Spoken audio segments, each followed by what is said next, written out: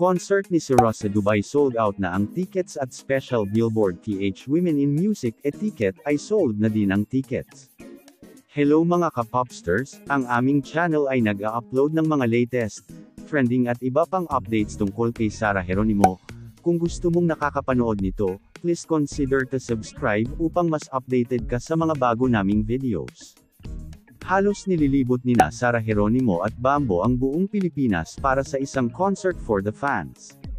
Lahat nga ng puntahan na lugar sa Pilipinas nina Sarah at Bambo ay sold out at successful. Ito ay dahil na din sa walang sawang sumusuporta at gusto makita si Sarah Geronimo in concert stage. Samantala, ngayong darating na April 11 ay may concert sa Qatar National Convention Center at sa April 14 ay sa Coca-Cola Arena in Dubai.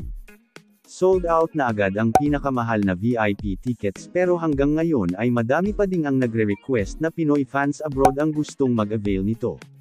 6 days ago ay bumalik na sa Pilipinas ang mag-asawang Mateo at Sarah Geronimo galing Billboard event sa US. Ngayon ay puspusan ang paghahanda ni Bambo at Sarah Geronimo para sa paparating na concert at ayon sa source ay isusunod na nila ang US tour by the end of this year dahil na din sa demand ng mga fans sa US with big producers. Samantala, sold na din ang Billboard Women in Music electronic tickets dahil sa overwhelming supports ng mga fans.